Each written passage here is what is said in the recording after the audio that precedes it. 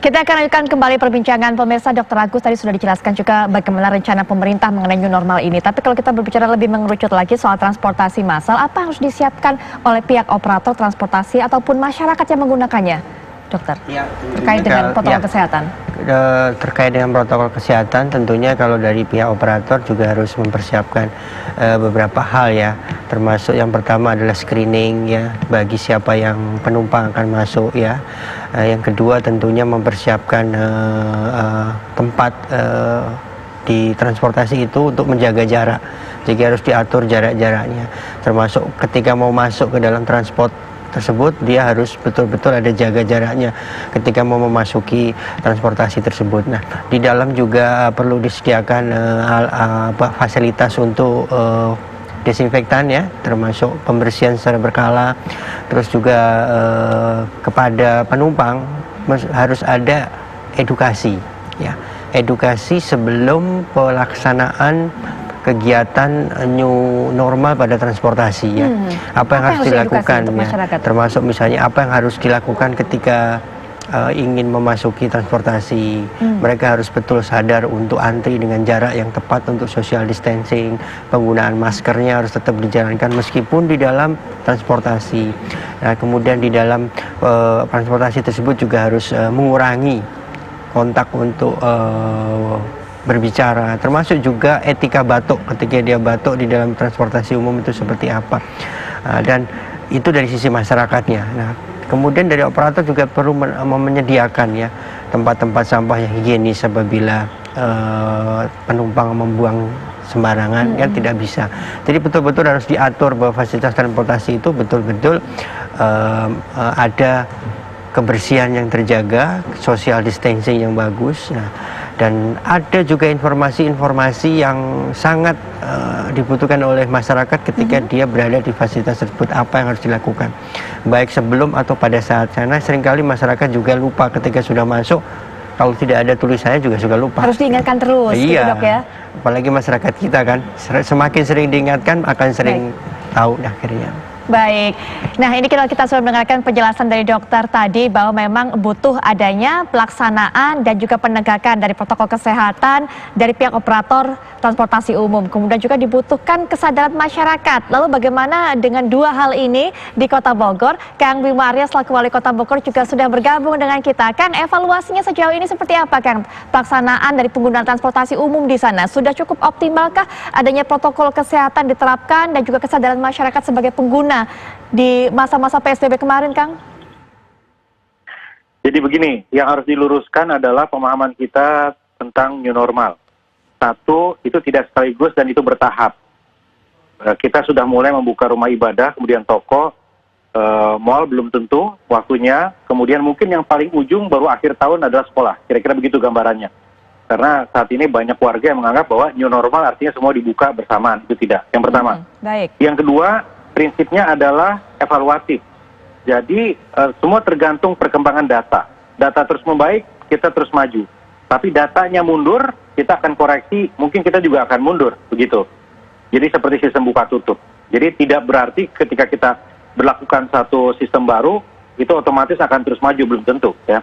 Yang ketiga adalah integratif. Artinya, apalagi transportasi, nggak bisa Kota Bogor berdiri sendiri, kita harus berbicara dengan daerah sekitar, berbicara dengan Gubernur Jakarta, berbicara juga dengan Bupati Bogor, gitu. Yang menjadi otoritas kita adalah transportasi, ya, sekitar 2.000 angkot yang ada di Kota Bogor. Kita berlakukan ketat sekali, mewajibkan untuk menggunakan masker di dalam kendaraan, kemudian kapasitas maksimal 50% dengan pengaturan seperti yang sudah disosialisasikan. Sejauh ini tingkat kepatuhannya cukup baik, begitu. Nah, tetapi persoalannya adalah kalau kita berbicara moda transportasi lain seperti kereta, karena domainnya bukan hanya domain Kota Bogor.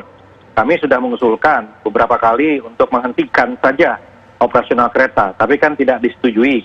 Ya, kemudian dilakukanlah kebijakan-kebijakan untuk lebih mengatur penumpang di dalam gerbong. Saya kira itu baik ya, tetapi tetap ke depan harus kita antisipasi terus. Jangan sampai di dalam gerbong sudah rapi, tetapi persoalan terjadi adalah ketika antri atau menumpuk begitu. Nah, ini yang terus kita koordinasikan. Baik, Kang Bima, ini saya tertarik untuk lebih mendalami lagi mengenai keterangan Kang Bima tadi yang sudah menyebutkan masalah angkot. Ini yang begitu banyak juga di Kota Bogor. Selama ini pengaturannya seperti apa, Kang? Kalau nanti kemudian secara bertahap new normal ini diberlakukan, adakah pengaturan yang berbeda mengenai hal ini? Nggak ada. Jadi kalau angkot ya sama saja saya kira.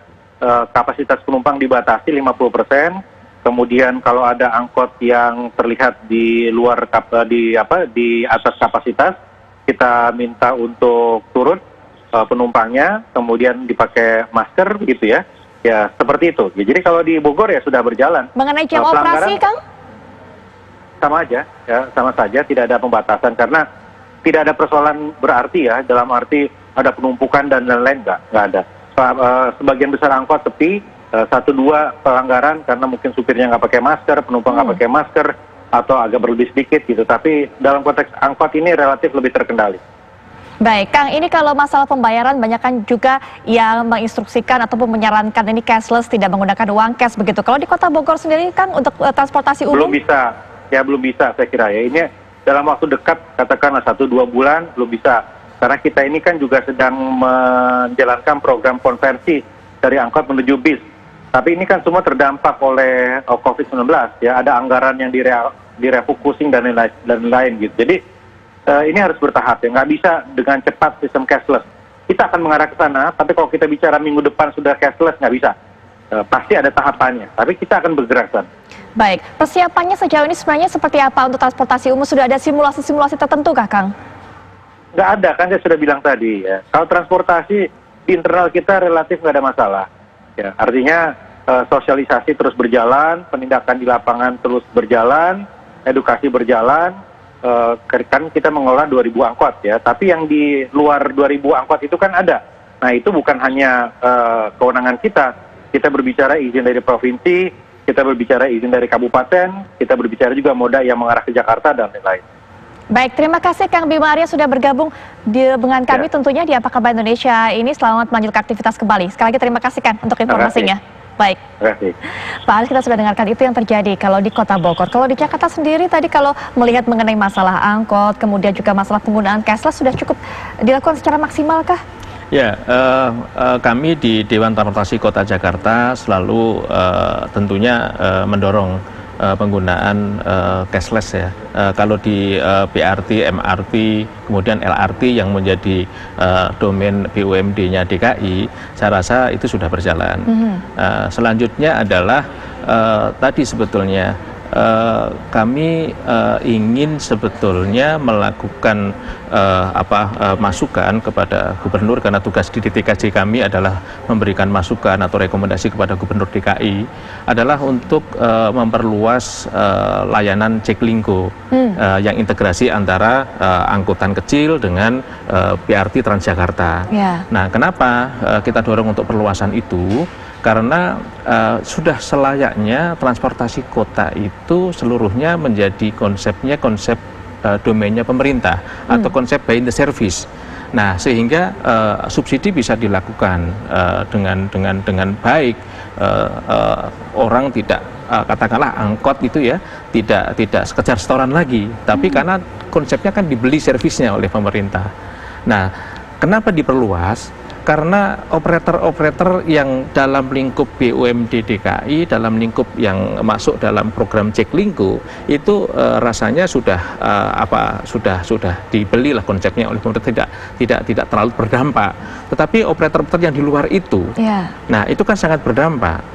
Makanya ditambah lagi dengan tadi Dr. Agus sampaikan harus kalau istilah di transportasi itu 2S 2D, screening, kemudian spacing, kemudian disinfektan. Screening itu berarti betul, itu kan menjadi domain operator untuk menyediakan itu, sehingga biaya operasional mereka meningkat karena harus menyediakan peralatan protokol kesehatan tadi, desinfektan, begitu ya, hand sanitizer dan sebagainya, termasuk untuk alat untuk mengecek suhu itu maksudnya ya Pak. Nah, sementara kapasitas dia menurun 50%. Pendapatan berkurang, kos bertambah. Ya, betul. Nah, oleh karena itu tentunya kemarin pada saat kami melakukan FGD di DTKJ, ya teman kami di Organda sudah